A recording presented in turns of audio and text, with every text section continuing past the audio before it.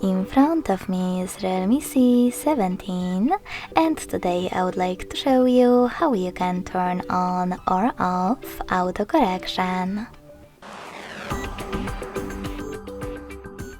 Begin by going into Devices Settings and scrolling all the way down to access additional settings.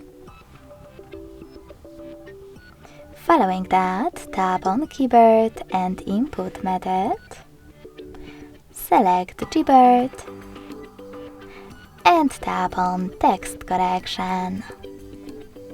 Lastly, scroll down just a bit and click on this switcher next to Autocorrection.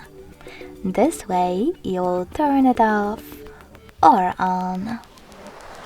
Thanks so much for watching. If you enjoyed this video, don't forget to leave a like, comment and subscribe.